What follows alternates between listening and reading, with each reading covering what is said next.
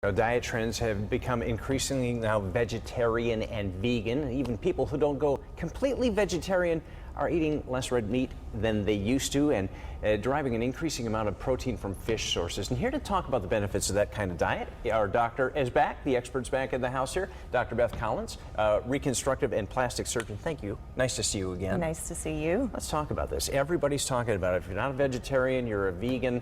A lot of these diets out there, and the good news is they really do have a positive effect, right? They do. As long as you're paying attention to getting a balance of carbohydrates, proteins, and fats, a vegetarian diet could be one of the healthiest around, especially when you're considering cancer risk.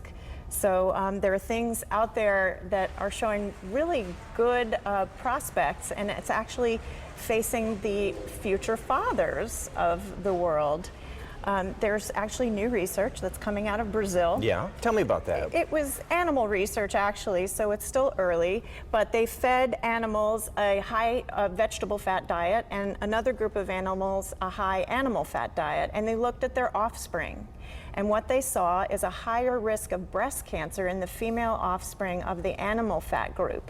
So they took those same animals and fed them a high vegetable fat diet and looked at their next group of offspring, and the risk went down for the breast cancer. So they took that to mean that there could be a link between what you as a future father are eating and the risk of breast cancer in your daughters. So it's still early and something that is just on the horizon, but it's an interesting thing that may pan out to something more in the future. And if you're on this kind of diet, you do still have to be careful to get certain things in your diet that may be a little harder to get in your diet with a vegetarian diet than if you're eating meat, right? Yes, absolutely. You really have to be careful and make sure that you're getting the right things in the form of beans and fish protein if you don't want to go completely vegetarian. And even if you don't want to go completely vegetarian, just cutting down a little bit on the red meats can have good benefits to your health in the way of cancer risk and those things, and heart disease. Right. One of the other good things about this kind of vegetarian diet is a reduced risk, 20% reduced risk of colon cancer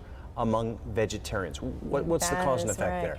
Well, vegetarian diet tends to be a lot higher in fiber, which increases the transit time through the colon. The toxins that run through your colon, if they're hanging around for longer, they have more of a chance of making the cells in your colon change to become cancer cells. So getting that through quicker is a good thing. Also, animal fat has a direct carcinogenic effect on the cells of the colon. So eliminating it or reducing those animal fats will also have an added beneficial effect to decreasing your risk of colon cancer, and we see it in the numbers that there's a 20% risk. And then if you add fish protein, it actually has a further decreased risk of colon cancer. So it's all good news. How else can we protect ourselves from colon cancer? Well, the nice thing for colon cancer is we have a very effective screening tool for the disease.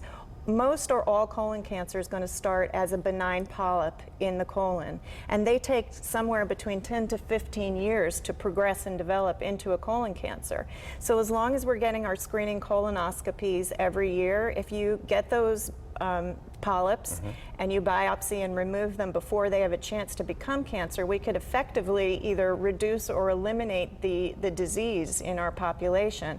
So we recommend that people over the age of 50 get a colonoscopy every 5 years, or if you have colon cancer that runs in your family, you might get it earlier or more frequently, and that's going to be directed by your doctor. And you got to do it. Don't wince. It's not a big deal. Just go do it. Not a big deal. It's not a big deal at all. No. Dr. Beth Collins, nice to see you. So nice to see you. We'll see you next week. Okay.